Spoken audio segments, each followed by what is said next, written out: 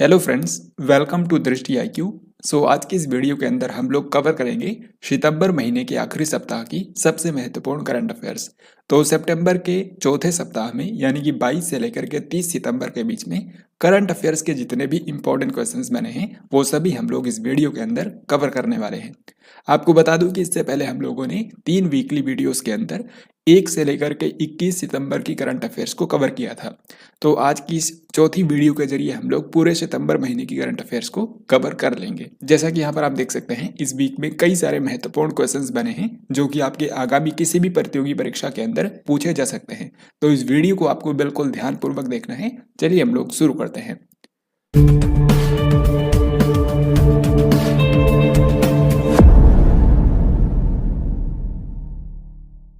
तो यहाँ पर आपके सामने आज का सबसे पहला प्रश्न है और हर एक क्वेश्चन का आंसर आपको पहले खुद से सोचना है, फिर मैं आपको राइट आंसर बताऊंगा। इस तरीके से आप इन क्वेश्चंस को लंबे समय तक याद रख पाएंगे। तो पहला सवाल यहाँ पर पूछा गया है कि भारत के दूसरे चीफ ऑफ डिफेंस स्टाफ यानी कि CDS के रूप में किसको नियुक्त कर दिया गया है। तो भारत के अब नए चीफ ऑफ डिफेंस स्टाफ बन गए हैं lieutenant general Anil Singh Chauhan. Lieutenant general Anil Singh Chauhan बन गए हैं भारत के नए CDS। आपको पता होगा पिछले साल 8 दिसंबर 2021 को जो भारत के सबसे पहले CDS थे जनरल बिपिन रावत, उनकी तमिलनाडु के अंदर एक हेलीकॉप्टर क्रैश दुर्घटना में डेथ हो गई थी। तो उसके बाद ही ये पद खाली हो गया था और अभी जाकर सितंबर के आखिर में भारत के नए CDS बन गए हैं लेफ्टिनेंट जनरल अनिल सिंह चौहान।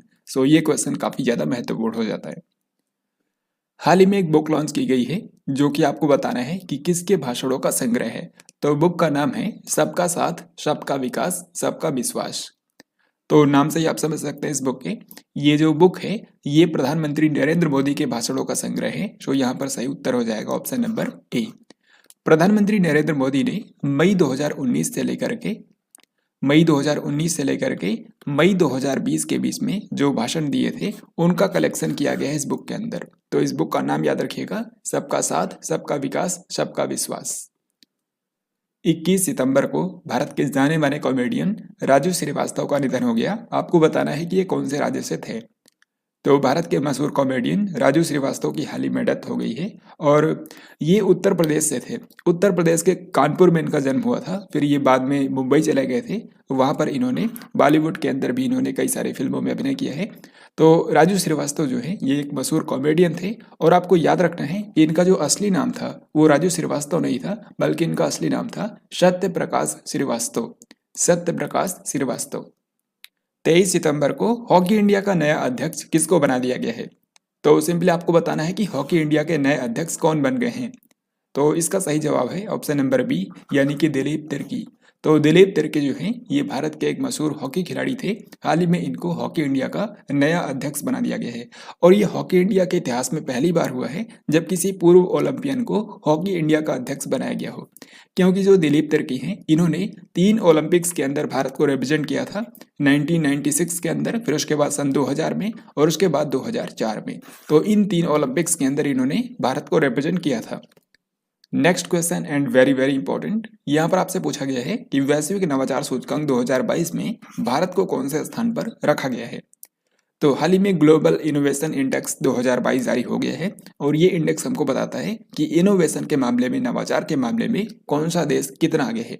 सबसे पहली बात जो आपको याद रखनी है वो ये कि ये जो इंडेक्स होता है ग्लोबल इनोवेशन इंडेक्स, इसको कौन सी संस्था जारी करती है। तो उस संस्था का नाम है वर्ल्ड इंटेलेक्चुअल प्रॉपर्टी ऑर्गेनाइजेशन यानी कि वैश्विक बौद्धिक संपदा संगठन, और इसका मुख्यालय है जेनेवा के अंदर। तो ये जो ग्लोबल इनोवेशन इंडेक्स जारी हुआ है इसमें इस बार 132 देशों को रैंक किया गया है। इन 132 देशों में से जो दुनिया का सबसे मोस्ट इनोवेटिव कंट्री है वो है स्विट्जरलैंड। तो नंबर 1 पर कौन सा देश है, स्विट्जरलैंड। इसी तरीके से अगर हम भारत की बात करें तो भारत का स्थान है 40वां। हालांकि पिछली बार भारत 46वें स्थान पर था, तो भारत ने यहाँ पर 6 स्थान की ग्रोथ की है और 40वां स्थान हासिल किया है। यहाँ पर आप देख सकते हैं इस ग्राफ के अंदर लगातार भारत की रैंकिंग इंप्रूव हो रही है। 2015 में भारत की रैंक थी 81 और अब धीरे धीरे करके 40वें स्थान पर भारत आ चुका है। इसी तरीके से एक और देश की रैंक आपको याद रखनी है और वो देश है सबसे आखिरी देश यानी कि 132वें स्थान पर कौन सा देश है, तो ये है गिनी।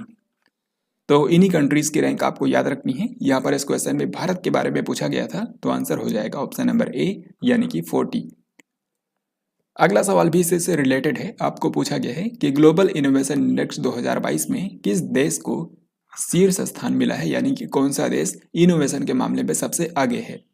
तो यहाँ पर जैसा कि मैंने आपको बताया, नंबर 1 पर है स्विट्जरलैंड, जहाँ पर जेनेवा के अंदर हेडक्वार्टर भी है उसी संस्था का जिसने इसको जारी किया है। तो सही उत्तर हो जाएगा ऑप्शन नंबर सी।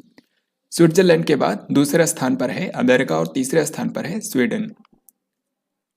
उच्च रक्तचाप को नियंत्रित करने और रोकने की पहल के लिए किस देश को संयुक्त राष्ट्र के द्वारा पुरस्कृत किया गया है।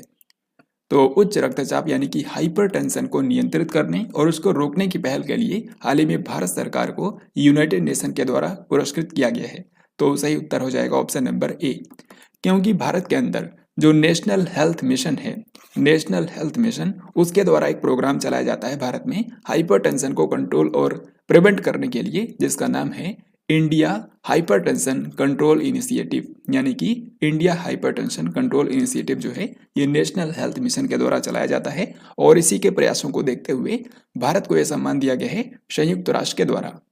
नेक्स्ट क्वेश्चन अपॉइंटमेंट के बारे में है। यहाँ पर आपको बताना है कि 27 सितंबर को मोहम्मद बिन सलमान किस देश के नए प्रधानमंत्री बन गए हैं। तो मोहम्मद बिन सलमान जो हैं ये हाल ही में सऊदी अरब के नए प्रधानमंत्री बन गए हैं। आपको पता होगा ये वर्तमान में सऊदी अरब के क्राउन प्रिंस भी हैं और अब इन्हीं को यहाँ का प्रधानमंत्री बना दिया गया है। अब इस प्रश्न में आपको उस महिला का नाम बताना है जिसकी मौत के बाद ईरान के अंदर हिजाब को लेकर के व्यापक विरोध प्रदर्शन हुए हैं। तो ईरान के अंदर हाल ही में व्यापक विरोध प्रदर्शन हुआ है हिजाब को लेकर के, और इसके पीछे कारण था महसा अमीनी की डेथ, क्योंकि ईरान के अंदर पुलिस कस्टडी में महसा अमीनी की डेथ हो गई थी, जो कि ईरान की एक महिला थी, और इनको इस आरोप में गिरफ्तार किया गया था ईरान पुलिस के द्वारा कि इन्होंने हिजाब को ठीक तरीके से नहीं पहना था। तो इसी के चलते इनको गिरफ्तार किया गया था, और ये जब पुलिस कस्टडी में थी तो उसी दौरान इनकी डेथ हो गई थी। तो इसीलिए ईरान के अंदर हिजाब को लेकर के व्यापक विरोध प्रदर्शन हाल ही में हुए हैं। हुरून इंडिया रिच लिस्ट 2022 के अनुसार भारत का सबसे अमीर व्यक्ति कौन है। तो हुरून इंडिया रिच लिस्ट हाल ही में जारी हुई है, जिसमें भारत के सबसे अमीर व्यक्तियों की सूची जारी की जाती है। तो इसमें भारत के सबसे अमीर व्यक्ति कौन है ये आप गेस कर सकते हैं। भारत के अब सबसे अमीर व्यक्ति हैं गौतम अडानी। तो यहाँ पर सही उत्तर है option number A. Gautam Adani जो हैं ये अडानी ग्रुप के चेयरमैन हैं, और ये आज के समय भारत के सबसे अमीर व्यक्ति है ही है। इसके अलावा ये दुनिया के दूसरे सबसे अमीर व्यक्ति भी बन गए हैं। यहाँ पर आप देख सकते हैं हुरून इंडिया रिच लिस्ट के द्वारा ये जो लिस्ट जारी की गई है भारत के सबसे अमीर व्यक्तियों की, इसमें भारत के 10 सबसे अमीर व्यक्तियों को यहाँ पर दिखाया गया है। तो इसमें नंबर 1 पर हैं गौतम अडानी, दूसरे नंबर पर हैं मुकेश अंबानी। फिर इसके बाद अगला सवाल आपके सामने है, नॉर्थ चैनल को पार करने वाले पूर्वोत्तर क्षेत्र के पहले तैराक कौन बन गए हैं। तो सबसे पहले आपको बता दूं, जो नॉर्थ चैनल है ये यूरोप महाद्वीप में जो उत्तरी आयरलैंड और स्कॉटलैंड है, दोनों के बीच का जो जल क्षेत्र है, जो वाटर बॉडी है, उसी को कहा जाता है नॉर्थ चैनल। तो इसको पार करने वाले पूर्वोत्तर भारत के जो पहले तैराक बने हैं, इनका नाम है एल्विस अली हजारिका। एल्विस अली हजारिका, यहाँ पर आप इनको देख सकते हैं। ये पूर्वोत्तर भारत से तो हैं, लेकिन ये कौन से राज्य से हैं ये भी आपसे पूछा जा सकता है। तो याद रखिएगा ये असम राज्य से हैं, और इन्होंने हाल ही में नॉर्थ चैनल को पार किया है। ये नॉर्थ चैनल को क्रॉस करने वाले भारत के सबसे उम्रदराज व्यक्ति भी बन गए हैं, ये बात भी आपको याद रखनी है। हाल ही में 22 सितंबर को भारत के उपराष्ट्रपति जगदीप धनखड़ ने कौन से स्थान पर तीसरे लोक मंथन कार्यक्रम का उद्घाटन किया है। तो देखिए इस साल भारत के अंदर उपराष्ट्रपति चुनाव हुए थे, और भारत के नए उपराष्ट्रपति कौन बने थे, जगदीप धनखड़। ये भारत के 14वें नंबर के उपराष्ट्रपति बने हैं, ये बात भी आपको याद रखनी है। तो इन्होंने हाल ही में तीसरे लोक मंथन कार्यक्रम का उद्घाटन किया है। सवाल यहाँ पर यह है कि ये जो लोक मंथन कार्यक्रम हुआ है इस बार, इसका आयोजन कहाँ पर किया गया था। तो यहाँ पर आप इसके पोस्टर में देख सकते हैं, इसका आयोजन किया गया था असम के गुवाहाटी शहर में। तो इस प्रश्न का सही जवाब होगा ऑप्शन नंबर बी, यानी कि गुवाहाटी असम। जम्मू कश्मीर सरकार ने महाराजा हरि सिंह की जयंती को सार्वजनिक अवकाश घोषित कर दिया है। आपको बताना है कि महाराजा हरि सिंह की जयंती कौन से दिन होती है।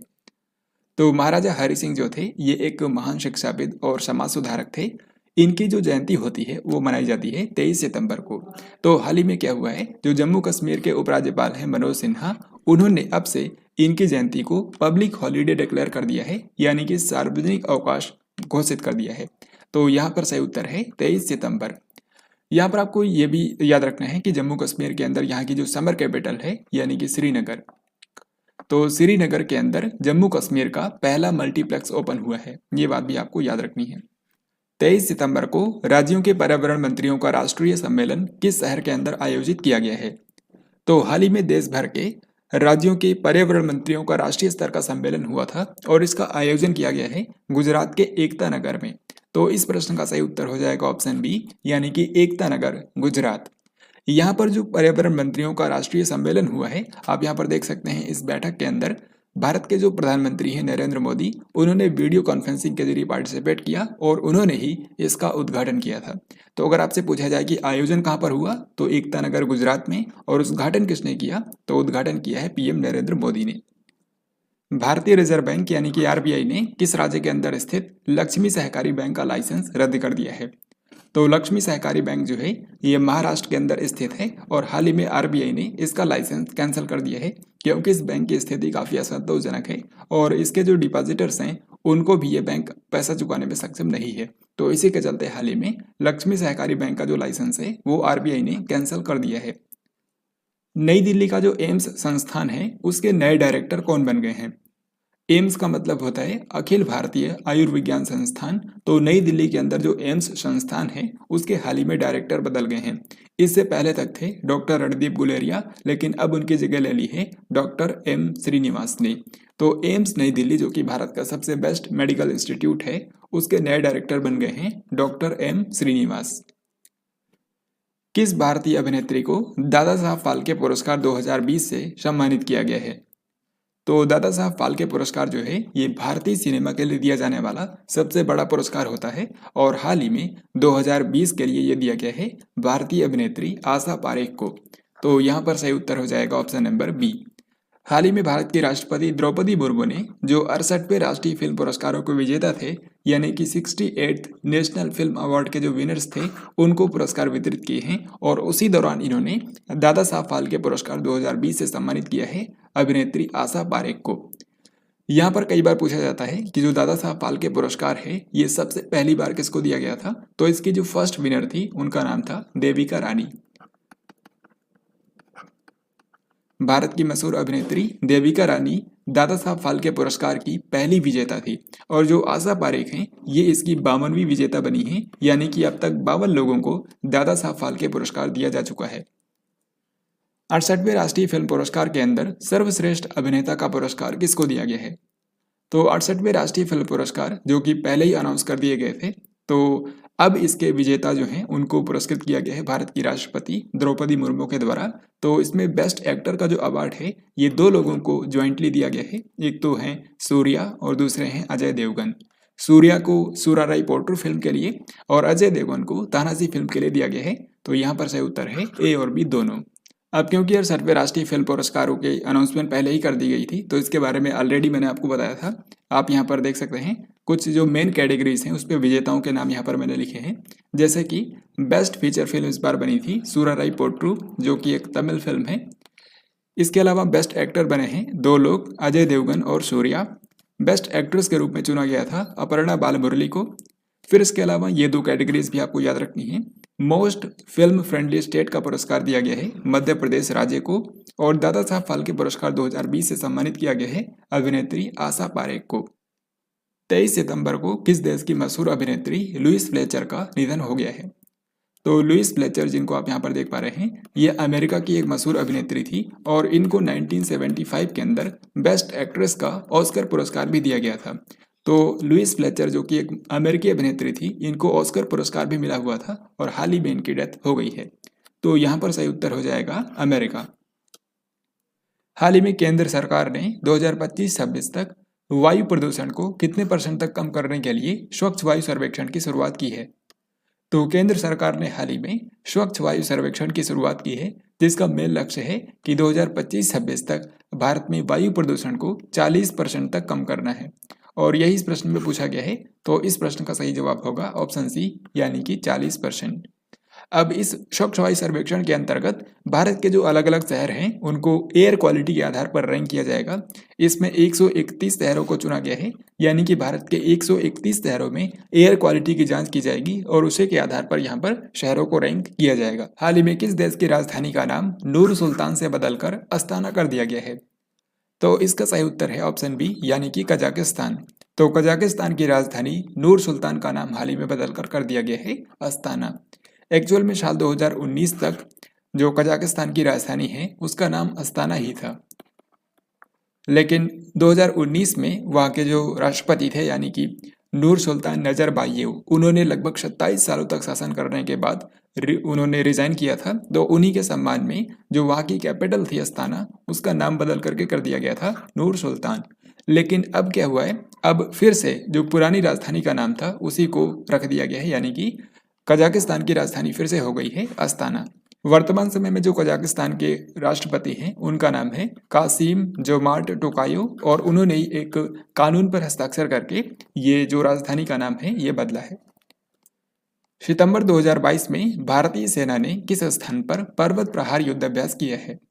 तो हाल ही में भारतीय सेना ने पहाड़ी इलाकों में युद्ध की अपनी तैयारियों का आकलन करने के लिए एक अभ्यास किया है जिसका नाम है पर्वत प्रहार, और इसका आयोजन किया गया था लद्दाख के अंदर। सो इस प्रश्न का सही उत्तर हो जाएगा ऑप्शन नंबर ए।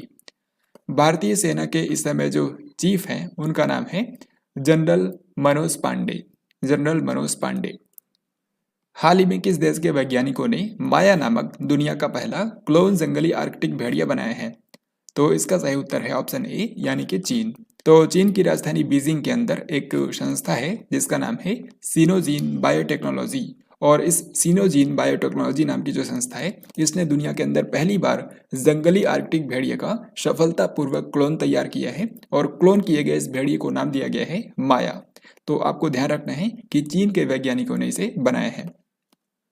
भारत की 12वीं महारत्न कंपनी कौन सी बन गई है? तो देश के अंदर अभी तक महारत्न कंपनियों की संख्या थी 11, लेकिन अब एक बढ़कर हो गई है 12। तो देश की जो 12वीं महारत्न कंपनी बनी है इसका नाम है REC लिमिटेड, जिसका मतलब है रूरल इलेक्ट्रिफिकेशन कॉरपोरेशन लिमिटेड। ये भारत के बिजली क्षेत्र को वित्त पोषित करने के लिए और उसके विकास के लिए काम करती है और इसका मुख्यालय है नई दिल्ली के अंदर। यहाँ पर आप देख सकते हैं भारत के अंदर अब जो 12 महारत्न कंपनियां हैं उन सभी के नाम यहाँ पर मैंने लिखे हैं। तो इसी में से 12वीं महारत्न कंपनी बनी है REC लिमिटेड, जिसका मतलब है रूरल इलेक्ट्रिफिकेशन कॉरपोरेशन लिमिटेड। इससे पहले 11वीं महारत्न कंपनी बनी थी पावर फाइनेंस कॉरपोरेशन लिमिटेड।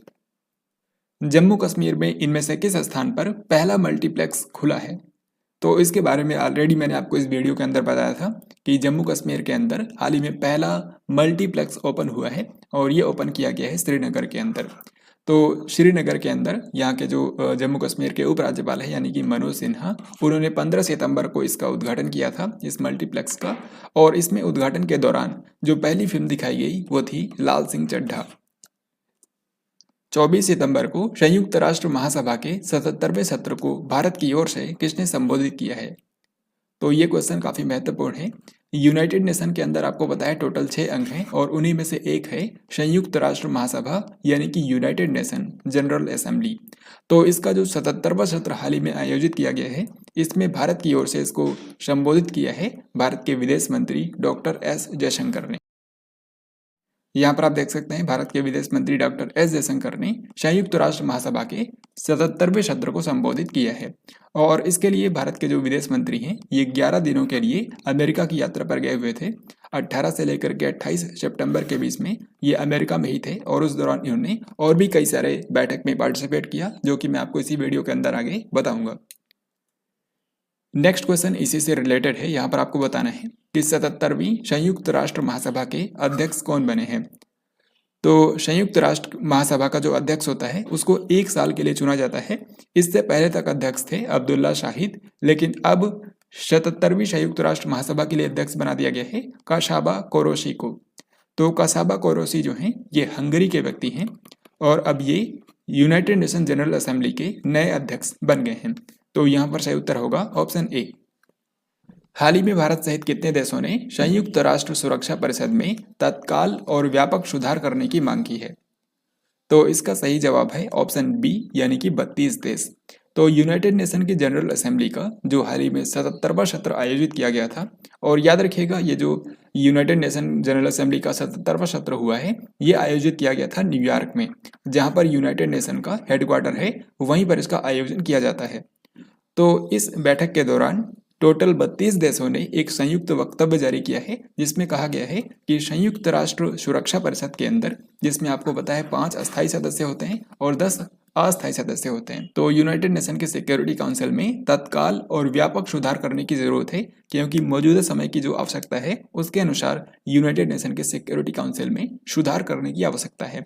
इस संयुक्त वक्तव्य में यह भी कहा गया है कि जो यूनाइटेड नेशन के सिक्योरिटी काउंसिल में 5 अस्थायी और 10 अस्थायी सदस्य हैं, इनमें संख्या में विस्तार करने की भी जरूरत है। तो ये चीज भी आपको याद रखना है।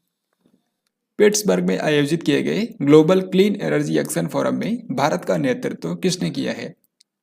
तो अमेरिका के अंदर है पिट्सबर्ग, अमेरिका के पेंसिल्वेनिया के अंदर है पिट्सबर्ग, जहां पर हाल ही में global clean energy action forum का आयोजन किया गया था। ये जो क्लीन एनर्जी एक्शन फोरम है इसका आयोजन किया गया था ताकि दुनिया में क्लीन एनर्जी के उपयोग को बढ़ावा दिया जाए। तो इसमें भारत को रिप्रेजेंट किया है भारत के साइंस एंड टेक्नोलॉजी मिनिस्टर यानी कि डॉक्टर जितेंद्र सिंह ने। तो यहाँ पर सही उत्तर हो जाएगा ऑप्शन नंबर डी। तो यहाँ पर आपको 2 बातें याद रखनी है। Global clean energy action forum का आयोजन कहाँ पर हुआ था? अमेरिका के पेंसिल्वेनिया के पिट्सबर्ग में, और इसमें भारत को रिप्रेजेंट किसने किया? डॉक्टर जितेंद्र सिंह ने। अब इस क्वेश्चन के अंदर आपको बताना है इप्सा के त्रिपक्षीय मंत्री स्तरीय आयोग की 10वीं बैठक किस शहर के अंदर आयोजित की गई है? तो जैसा कि अभी मैंने आपको बताया, यूनाइटेड नेशन जनरल असेंबली का 77वां सत्र हाल ही में आयोजित किया गया था न्यूयॉर्क शहर में। तो वहां पर दुनिया भर के लीडर्स आए थे और उसी दौरान और भी कई सारी मीटिंग्स अलग से आयोजित की गई, जैसे कि इप्सा का मतलब होता है इंडिया, ब्राजील और साउथ अफ्रीका। तो इन 3 देशों का ये जो ग्रुप है इसकी हाल ही में त्रिपक्षीय मंत्री स्तरीय आयोग की 10वीं बैठक हुई थी, और इसका आयोजन भी न्यूयॉर्क शहर के अंदर ही किया गया था। आप यहाँ पर देख सकते हैं इसमें भारत की तरफ से विदेश मंत्री डॉक्टर एस जयशंकर ने हिस्सा लिया है। 20 सितंबर को I2U2 समूह के शेरपाओं ने किस शहर के अंदर मुलाकात की? तो I2U2 ग्रुप जो है ये एक नया ग्रुप बना है और इसमें 4 देश शामिल हैं। I2 का मतलब है इंडिया और इजराइल, ऐसे ही U2 का मतलब है USA और UAE। तो इन 4 देशों का जो ग्रुप है इसके शेरपाओं की मीटिंग हाल ही में आयोजित की गई थी अमेरिका के न्यूयॉर्क शहर के अंदर ही। इसी तरीके से आपको बताना है कि हाल ही में ब्रिक्स देशों के विदेश मंत्रियों की बैठक किस शहर के अंदर आयोजित की गई थी? तो ब्रिक्स कंट्रीज के जो विदेश मंत्री हैं वो भी न्यूयॉर्क शहर के अंदर हाल ही में मिले। तो यहाँ पर सही उत्तर होगा ऑप्शन नंबर सी यानी कि न्यूयॉर्क। ब्रिक्स कंट्रीज के अंदर 5 देश आते हैं, ब्राजील, रसिया, इंडिया, चाइना और साउथ अफ्रीका। तो यहाँ पर आप देख सकते हैं 5 देशों के जो विदेश मंत्री हैं उन्होंने हिस्सा लिया, यानी कि ब्राजील, रसिया, इंडिया, चाइना और साउथ अफ्रीका। इन 5 देशों के विदेश मंत्रियों ने न्यूयॉर्क शहर के अंदर मीटिंग की है। इसी तरीके से यहाँ पर पूछा गया है कि 22 सितंबर को G4 देशों के विदेश मंत्रियों की बैठक किस शहर के अंदर आयोजित की गई है? तो G4 के अंदर टोटल 4 देश आते हैं, यानी कि ये 4 देशों का एक ग्रुप है जिसमें शामिल हैं ब्राजील, इंडिया, जापान और जर्मनी। ब्राजील, इंडिया, जापान और जर्मनी, तो इन 4 देशों का ग्रुप है जिसको G4 बोला जाता है, और इसके विदेश मंत्रियों की हाल ही में बैठक हुई। इसका भी आयोजन किया गया था अमेरिका के न्यूयॉर्क शहर में। यहाँ पर आप देख सकते हैं भारत के विदेश मंत्री डॉक्टर एस जयशंकर ने इसमें पार्टिसिपेट किया है। देन इसके बाद यहाँ पर नेक्स्ट क्वेश्चन है, आपको बताना है कि हाल ही में किस राज्य की सरकार ने दौलताबाद किले का नाम बदलकर देवगिरी किला करने की अनाउंसमेंट की है? तो दौलताबाद किला जो है ये महाराष्ट्र के औरंगाबाद के अंदर है। आपको पता होगा कुछ समय पहले जो औरंगाबाद शहर है महाराष्ट्र के अंदर, उसका नाम बदलकर कर दिया गया था संभाजी नगर। तो औरंगाबाद का नाम बदलकर कर दिया गया था संभाजी नगर, और इसी तरीके से अब औरंगाबाद के अंदर जो दौलताबाद किला है उसका नाम पलटकर हो गया है देवगिरी किला। तो इस प्रश्न का सही उत्तर होगा ऑप्शन ए यानी कि महाराष्ट्र। दौलताबाद जो है ये आपको पता है मोहम्मद बिन तुगलक ने इसको अपनी राजधानी बनाया था।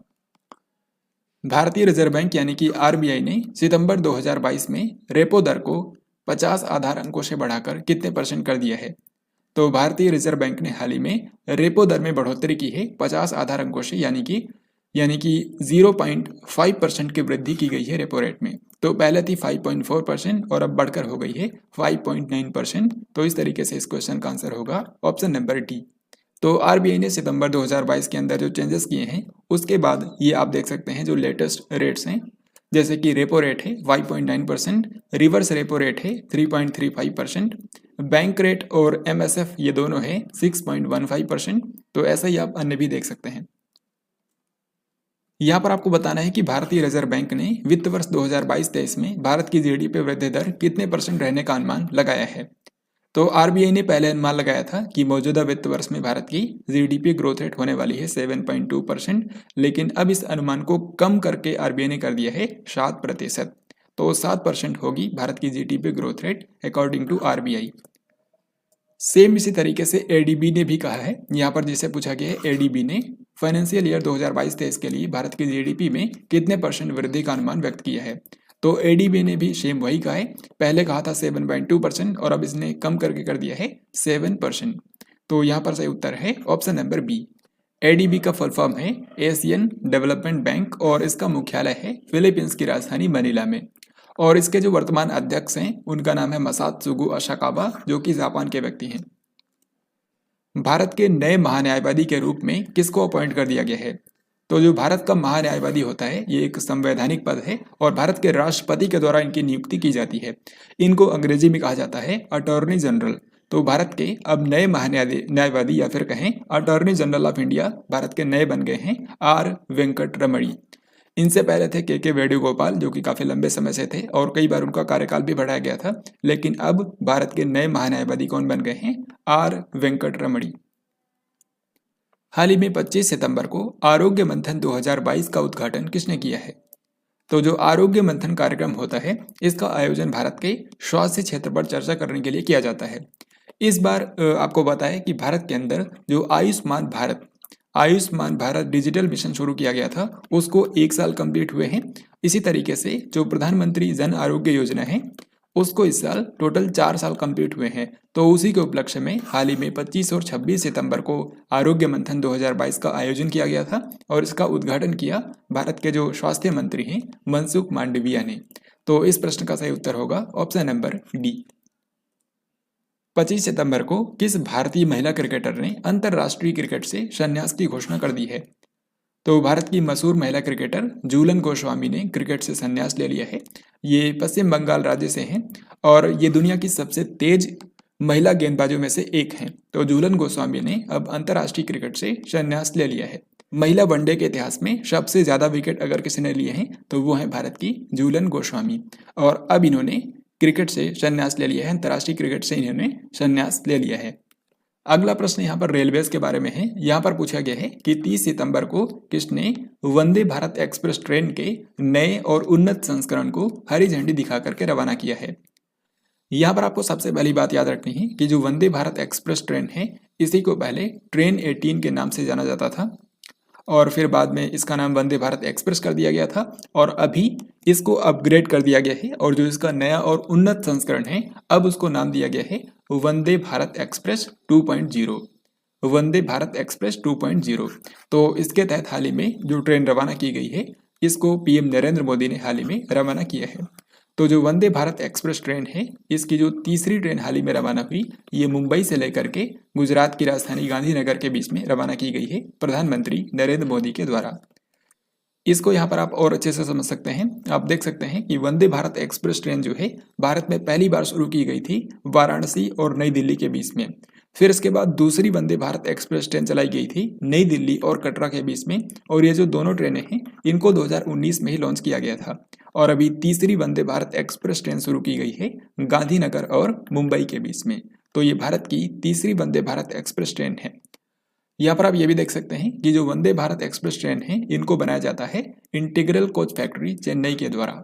साथ ही आपको ये भी पता होगा कि इस बार के बजट में अनाउंस किया गया था कि अगले 3 सालों के अंदर भारत में नई पीढ़ी की 400 वंदे भारत ट्रेनें चलाई जाएंगी। तो उसी के तहत ये जो गांधीनगर से लेकर के मुंबई के बीच में रवाना की गई है ये आपको याद रखना है। नेक्स्ट क्वेश्चन अपॉइंटमेंट के बारे में है। यहाँ पर आपको बताना है कि इटली की पहली महिला प्रधानमंत्री कौन होंगी। तो जैसा कि आप जानते हैं अभी तक इटली के प्रधानमंत्री थे मारियो द्राघी, लेकिन इन्होंने जुलाई महीने के अंदर इस्तीफा देने की घोषणा कर दी थी। तो उसी के बाद यहाँ पर फिर से चुनाव करवाया गया है और इटली के अंदर अब जिस पार्टी ने यहाँ पर सरकार बनाई है उसका नाम है ब्रदर्स ऑफ इटली पार्टी। और ब्रदर्स ऑफ इटली पार्टी की जो वर्तमान अध्यक्ष हैं वो एक महिला हैं जिनका नाम है जियोर्जियो बेलिनी। तो इस तरीके से ये बनेगी इटली की पहली महिला प्रधानमंत्री।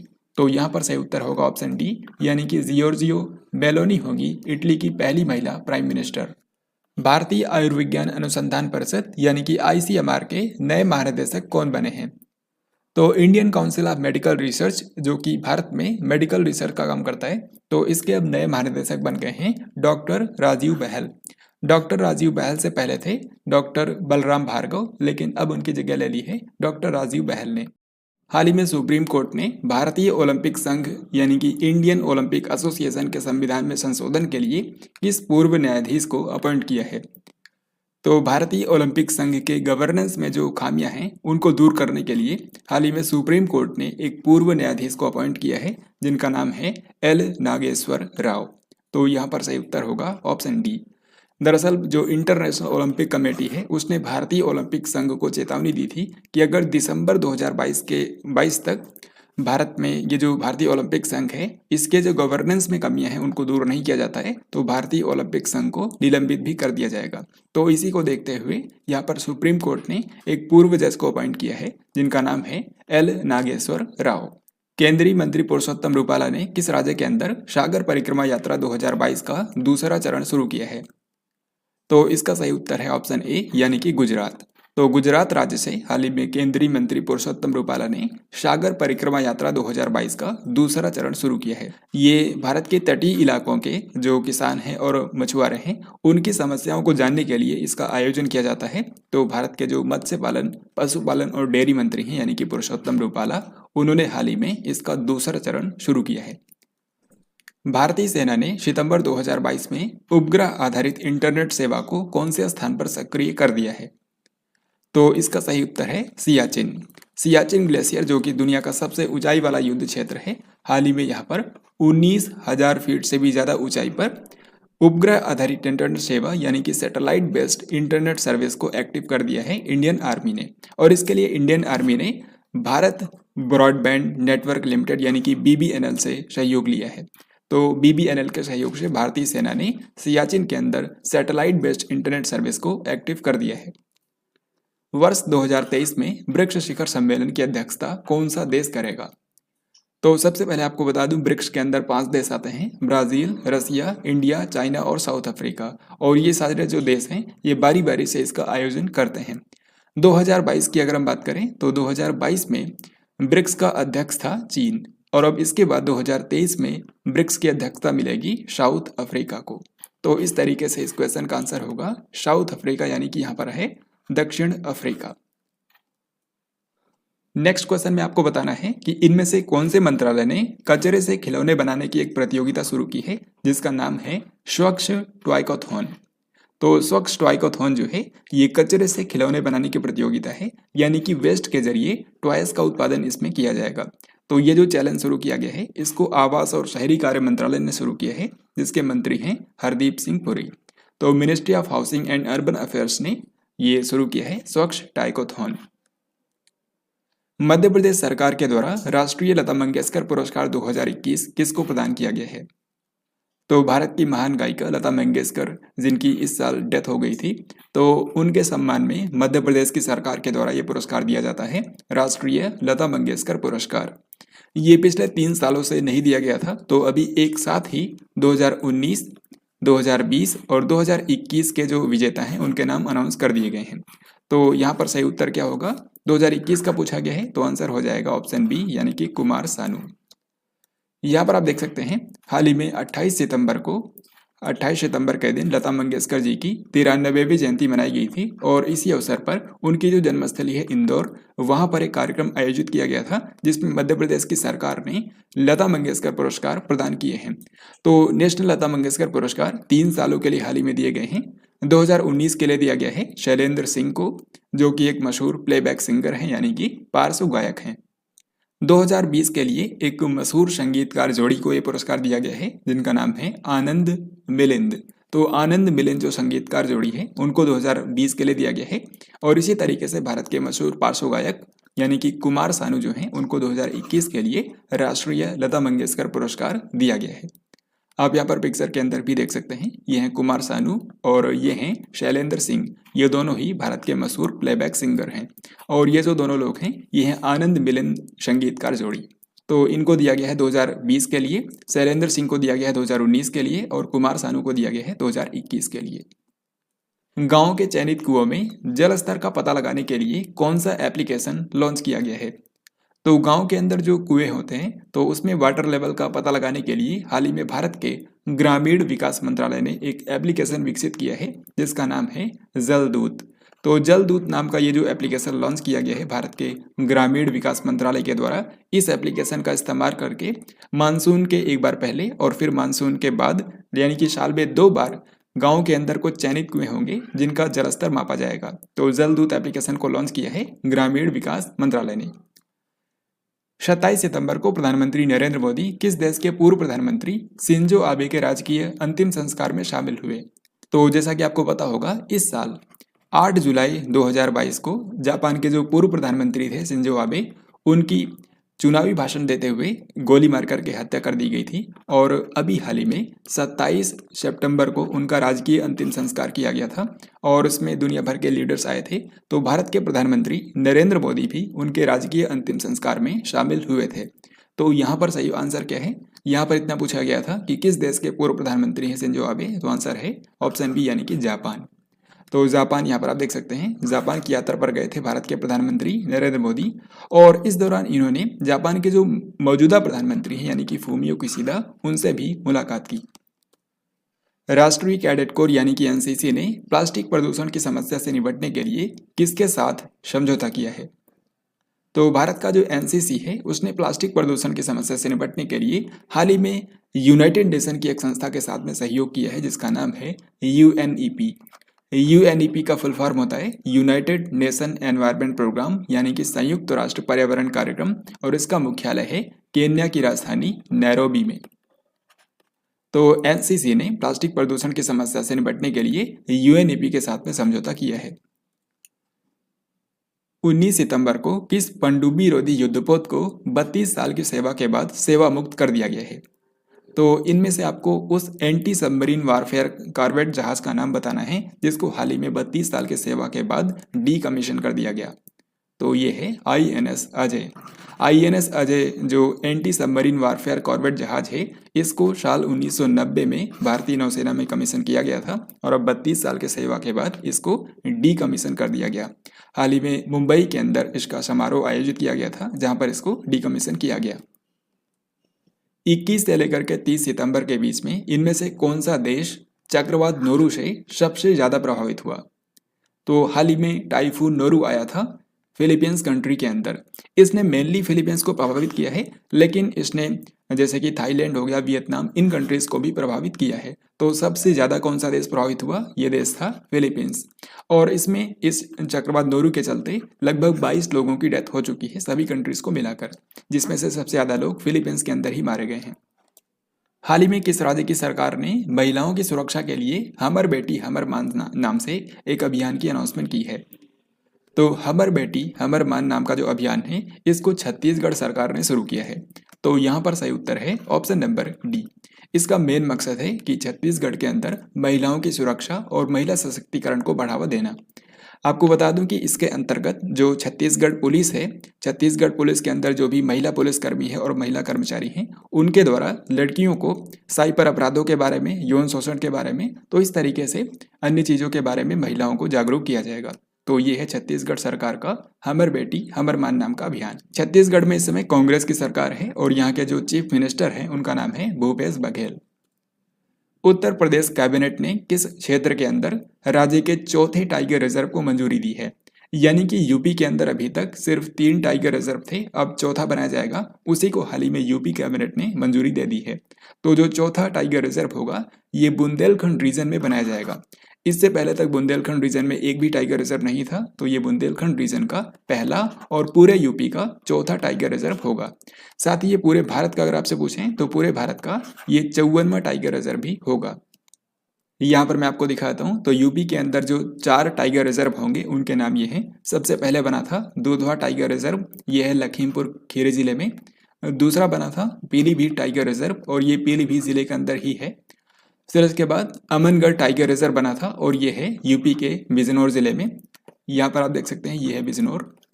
फिर इसके बाद रानीपुर टाइगर रिजर्व, तो ये जो चौथा टाइगर रिजर्व बनने वाला है इसी का नाम है रानीपुर टाइगर रिजर्व और ये चित्रकूट जिले में बनाया जाएगा जो कि बुंदेलखंड रीजन में आता है। तो इस तरीके से आपको इन चारों टाइगर रिजर्व के नाम याद रखने हैं।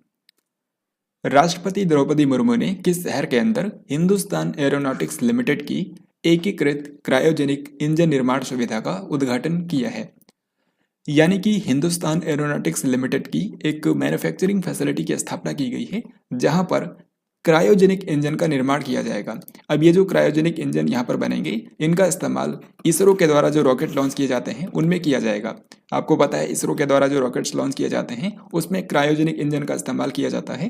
तो इस क्रायोजेनिक इंजन को बनाने के लिए हिंदुस्तान एरोनॉटिक्स लिमिटेड की एक मैन्युफैक्चरिंग फैसिलिटी स्थापित की गई है।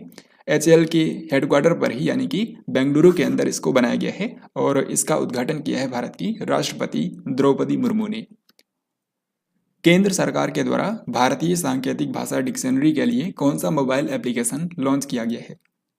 तो भारत की जो सांकेतिक भाषा डिक्शनरी है उसमें जो लगभग 10,000 से भी ज़्यादा शब्द हैं और उसके सिंबल्स दिए गए हैं कि किस तरीके से उसको सांकेतिक भाषा में इस्तेमाल किया जाएगा।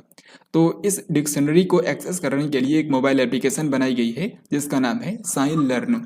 यानी कि साइन लर्न नाम के एप्लीकेशन के जरिए इस डिक्शनरी में जितने भी शब्द मौजूद हैं उनको आसानी से सर्च किया जा सकता है और आसानी से कोई भी व्यक्ति सांकेतिक भाषा को यानी कि साइन लैंग्वेज को सीख सकता है। यानी कि सांकेतिक भाषा सीखने में मदद करने के लिए साइन लर्न नाम की एप्लीकेशन लॉन्च की गई है। किस वरिष्ठ राजनेता ने अपनी पार्टी का नाम डेमोक्रेटिक आज़ाद पार्टी रखने की घोषणा की है? तो डेमोक्रेटिक आज़ाद पार्टी की घोषणा हाल ही में की गई है और इसको अनाउंस किया है कांग्रेस के पूर्व जो नेता थे यानी कि गुलाम नबी आज़ाद। इन्होंने कांग्रेस से पहले इस्तीफा दिया और उसके बाद अब इन्होंने नई पार्टी बनाई है जिसका नाम है डेमोक्रेटिक आज़ाद पार्टी। और आपको पता है कि इस साल जम्मू कश्मीर के अंदर चुनाव होने वाले हैं तो जम्मू कश्मीर के लिए ही इन्होंने अपनी ये पार्टी बनाई है जिसका नाम है डेमोक्रेटिक आज़ाद पार्टी। तो याद रखिएगा गुलाम नबी आज़ाद ने इसको बनाया है। Next question and also very very important, यहाँ पर पूछा गया है operation octopus, operation double bull और ऑपरेशन थंडर स्टॉर्म किसके द्वारा चलाए गए 3 अभियान हैं? तो ये थोड़ा सा डिफिकल्ट क्वेश्चन है लेकिन अगर आपको इन ऑपरेशन के बारे में पता है तो आप इसका आंसर बहुत ही आसानी से कर सकते हैं। देखिए झारखंड के अंदर एक क्षेत्र है जिसको बोला जाता है बूढ़ा पहाड़ रीजन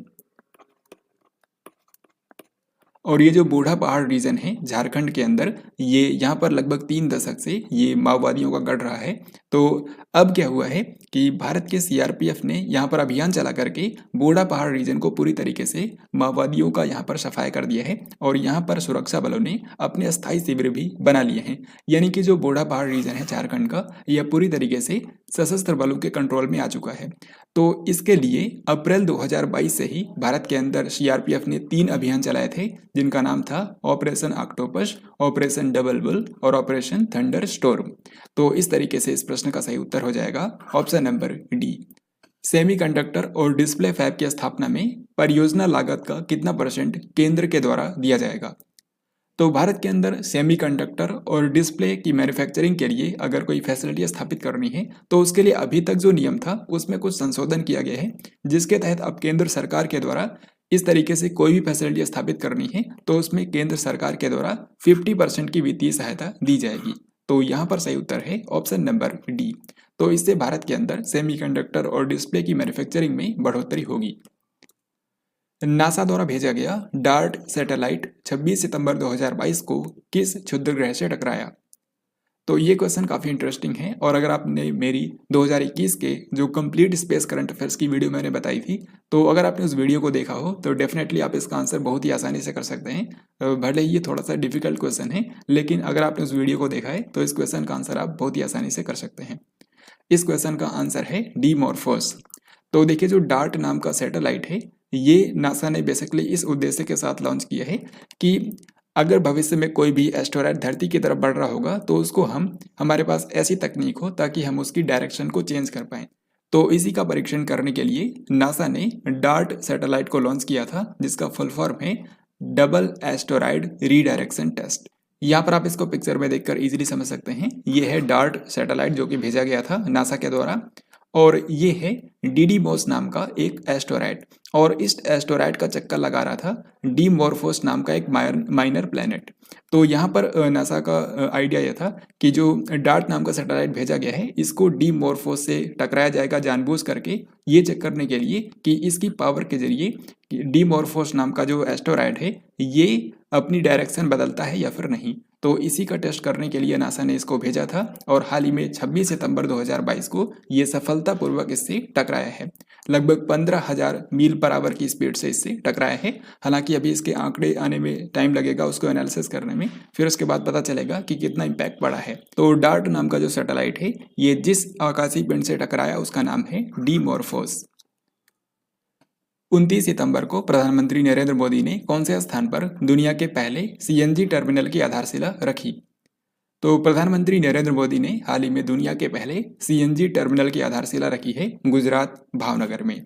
तो गुजरात के भावनगर में दुनिया का पहला सीएनजी टर्मिनल बनाया जाएगा।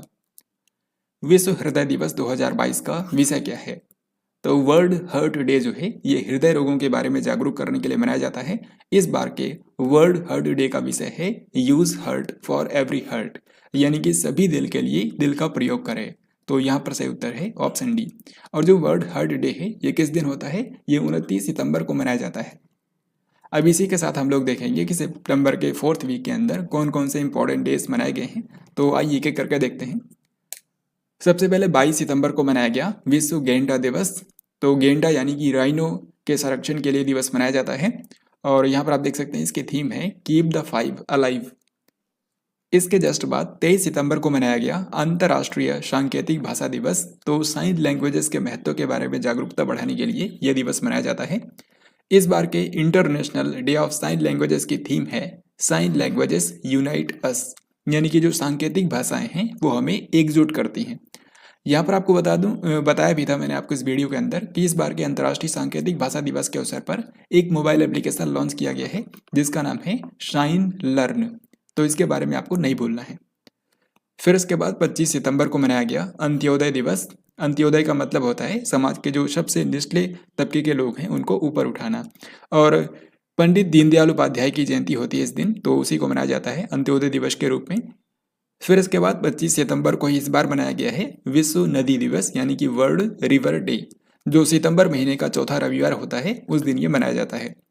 फिर इसके बाद 26 सितंबर को मनाया गया विश्व पर्यावरण स्वास्थ्य दिवस, यानी कि वर्ल्ड एनवायरमेंट हेल्थ डे। फिर इसके बाद और आगे बढ़ते हैं। 27 सितंबर को मनाया गया है विश्व पर्यटन दिवस। दुनिया भर में पर्यटन को बढ़ावा देने के लिए यह मनाया जाता है 27 सितंबर को। इस बार के वर्ल्ड टूरिज्म डे की थीम रखी गई है rethinking tourism. Rethinking tourism, this is very very important. फिर इसके बाद 28 सितंबर को मनाया गया है विश्व रेबीज दिवस। तो वर्ल्ड रेबीज डे जो है ये रेबीज बीमारी की रोकथाम के लिए मनाया जाता है। इस बार का विषय है रेबीज 1 हेल्थ 0 डेथ्स।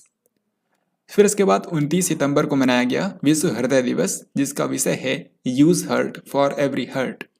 और आखिर में 29 सितंबर को ही एक अन्य दिवस मनाया गया इस बार जिसका नाम है विश्व समुद्री दिवस, यानी कि वर्ल्ड मैरीटाइम डे।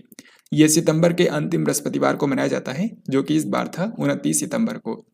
इस बार का वर्ल्ड मैरीटाइम डे की थीम रखी गई है new technologies for greener shipping. तो इस तरीके से सितंबर के आखिरी सप्ताह में ये सारे इंपॉर्टेंट डेज एंड थीम्स थे। इसको आपको जरूर याद रखना है, इनमें से कोई भी आपकी परीक्षा का हिस्सा हो सकता है। फिर इसके बाद अगला सवाल है सुप्रीम कोर्ट के निर्णय के अनुसार अब अविवाहित महिलाएं भी कितने सप्ताह के भीतर गर्भपात कराने की पात्र हैं? तो भारत में जो एबॉर्शन कराने की मैक्सिमम लिमिट है वो है 24 सप्ताह। तो यहाँ पर सही उत्तर है ऑप्शन नंबर डी। पहले जो 24 सप्ताह की ये जो लिमिट है ये सिर्फ विवाहित महिलाओं के लिए ही थी, लेकिन हाल ही में सुप्रीम कोर्ट ने फैसला सुनाया है कि विवाहित और अविवाहित महिलाओं में इस तरीके का भेद करना असंवैधानिक है, और इसलिए अविवाहित महिलाओं को भी अब ये अधिकार होगा कि वो 24 सप्ताह के भीतर एबॉर्शन करा सकती हैं। तो ये आपको ध्यान रखना है, काफ़ी महत्वपूर्ण है। हाल ही में भारत सरकार ने पॉपुलर फ्रंट ऑफ इंडिया यानी कि PFI को कितने साल के लिए प्रतिबंधित कर दिया है? तो हाल ही में भारत सरकार ने पॉपुलर फ्रंट ऑफ इंडिया नाम की जो भारत की संस्था है ये एक मुस्लिम राजनीतिक संगठन है, इसको हाल ही में भारत सरकार ने 5 साल के लिए बैन कर दिया है। बैन करने का कारण ये है कि ये जो पॉपुलर फ्रंट ऑफ इंडिया है ये अपने सहयोगी कुछ संगठनों के साथ में भारत के अंदर राष्ट्र विरोधी एक्टिविटीज में इन्वॉल्व पाया गया था, जिसके चलते गृह मंत्रालय ने इसको 5 साल के लिए बैन कर दिया है। जो पॉपुलर फ्रंट ऑफ इंडिया है इसको 2006 में स्थापित किया गया था और इसका हेडक्वार्टर नई दिल्ली में है। 22 सितंबर को किस देश की प्रसिद्ध लेखिका हिलेरी मेंटल का निधन हो गया है? तो हिलेरी मेंटल ये इंग्लैंड की एक मशहूर लेखिका थी, हाल ही में इनकी डेथ हो गई है और इनको सन 2009 और 2012 में इन 2 सालों में इनको बुकर प्राइज से सम्मानित किया गया था और हाल ही में इनकी डेथ हो गई है। तो आपको ध्यान रखना है कि ये इंग्लैंड की मशहूर लेखिका थी। उत्तर प्रदेश के मुख्यमंत्री योगी आदित्यनाथ ने किस शहर के अंदर लता मंगेशकर चौक का उद्घाटन किया है? तो हाल ही में भारत की महान गायिका लता मंगेशकर जी की 93वीं जयंती मनाई गई थी 28 सितंबर 2022 को। तो उसी अवसर पर यूपी के जो चीफ मिनिस्टर हैं योगी आदित्यनाथ, उन्होंने अयोध्या शहर के अंदर लता मंगेशकर चौक का उद्घाटन किया है। यहाँ पर आप इसको देख सकते हैं, यूपी के अंदर अयोध्या शहर में वीणा की आकृति में यहाँ पर लता मंगेशकर चौक बनाया गया है, जिसका उद्घाटन किया योगी आदित्यनाथ ने। तो सही उत्तर होगा अयोध्या। 29 सितंबर को नाउरू के नए राष्ट्रपति कौन बन गए हैं? तो नाउरू जो है ये ओशिनिया महाद्वीप में एक आइलैंड कंट्री है और यहाँ के नए राष्ट्रपति बन गए हैं रसकून। तो यहाँ पर सही उत्तर होगा ऑप्शन ए। 28 सितंबर 2022 को केंद्र सरकार ने प्रधानमंत्री गरीब कल्याण अन्न योजना को कितने महीने के लिए बढ़ा दिया है? तो प्रधानमंत्री गरीब कल्याण अन्न योजना जो है इसको अप्रैल 2020 में शुरू किया गया था और इसके तहत नेशनल फूड सिक्योरिटी एक्ट के अंतर्गत आने वाले सभी व्यक्तियों को 5 किलोग्राम का अनाज फ्री में दिया जाता है। तो अभी इस योजना को 3 महीने के लिए और बढ़ा दिया गया है, यानी कि अक्टूबर, नवंबर और दिसंबर, इन 3 महीनों में ये योजना जारी रहेगी। यहाँ पर आप देख सकते हैं प्रधानमंत्री गरीब कल्याण अन्न योजना का हाल ही में 7वां चरण शुरू हुआ है, जो कि 3 महीने के लिए है, अक्टूबर से लेकर के दिसंबर 2022 तक। केंद्र सरकार के कर्मचारियों को महंगाई भत्ते और पेंशन भोगियों को महंगाई राहत में कितने % की बढ़ोतरी की गई है? तो केंद्र सरकार के जो कर्मचारी हैं और जो पेंशन भोगी हैं उनके लिए हाल ही में महंगाई भत्ते में बढ़ोतरी की गई है 4% की। पहले था 34% और अब महंगाई भत्ता बढ़ाकर कर दिया गया है 38%। तो यहाँ पर सही उत्तर है ऑप्शन नंबर बी। केंद्रीय जांच ब्यूरो यानी कि सीबीआई ने ड्रग नेटवर्क को समाप्त करने के लिए कौन सा ऑपरेशन शुरू किया था? तो भारत के अंदर ड्रग नेटवर्क को समाप्त करने के लिए ऐसे ड्रग नेटवर्क जिनका कोई इंटरनेशनल लिंकेज था, यानी कि अंतर्राष्ट्रीय संस्थानों से उनका कोई इंटरनेशनल लिंक था, तो उनको समाप्त करने के लिए हाल ही में सीबीआई ने एक ऑपरेशन चलाया था जिसका नाम था ऑपरेशन गरुड़। तो ऑपरेशन गरुड़ किसके द्वारा चलाया गया था? सीबीआई के द्वारा। इसी तरीके से सीबीआई ने हाल ही में एक और ऑपरेशन चलाया था ऑनलाइन बाल यौन शोषण के खिलाफ, जिसका नाम था ऑपरेशन मेघ चक्र। तो अगर आपसे पूछा जाता है कि ऑनलाइन बाल यौन शोषण के खिलाफ ऑपरेशन मेघ चक्र किसने चलाया था, तो आपको बताना है सेंट्रल ब्यूरो ऑफ इन्वेस्टिगेशन यानी कि सीबीआई। 28 सितंबर को किस हवाई अड्डे का नाम बदल करके शहीद भगत सिंह अंतर्राष्ट्रीय हवाई अड्डा कर दिया गया है? तो जैसा कि आपको पता होगा, पंजाब और हरियाणा गवर्नमेंट ने कुछ समय पहले जो चंडीगढ़ शहर का इंटरनेशनल एयरपोर्ट था उसका नाम शहीद भगत सिंह के नाम पर करने पर सहमत हुए थे और अब फाइनली इसका नाम बदल कर दिया गया है शहीद भगत सिंह अंतर्राष्ट्रीय हवाई अड्डा। तो यहाँ पर क्या होगा? चंडीगढ़ इंटरनेशनल एयरपोर्ट का नाम हो गया है। सो आंसर होगा ऑप्शन सी। केंद्र सरकार ने देश के कितने प्रमुख रेलवे स्टेशनों के पुनर्विकास के लिए भारतीय रेलवे के प्रस्ताव को मंजूरी दी है? इसका सही जवाब है ऑप्शन नंबर ए यानी कि 3। तो भारत के अंदर 3 मेजर रेलवे स्टेशंस का पुनर्विकास किया जाएगा, यानी कि उनका रीडेवलपमेंट किया जाएगा और इसमें लागत आएगी लगभग 10,000 करोड़ रुपए। तो इसी को हाल ही में इसी प्रोजेक्ट को भारत सरकार ने मंजूरी दे दी है और इन 3 रेलवे स्टेशनों के नाम हैं नई Delhi railway station, Ahmedabad railway station और छत्रपति शिवाजी महाराज टर्मिनस, जो कि है मुंबई में। तो इन 3 रेलवे स्टेशनों का पुनर्विकास किया जाएगा अगले 2 से 3 सालों में। 25 सितंबर से लेकर के 3 अक्टूबर तक यानी कि 9 दिनों का एक फूलों का महोत्सव आयोजित किया गया है जिसका नाम है बथुकम्मा। तो बथुकम्मा जो फेस्टिवल होता है ये फूलों का फेस्टिवल होता है, जो कि मेनली तेलंगाना के अंदर और इसके अलावा आंध्र प्रदेश के भी कुछ हिस्सों में मनाया जाता है। तो यहाँ पर सही उत्तर होगा तेलंगाना। महिला और बाल विकास मंत्रालय के द्वारा सितंबर 2022 को किस रूप में मनाया गया?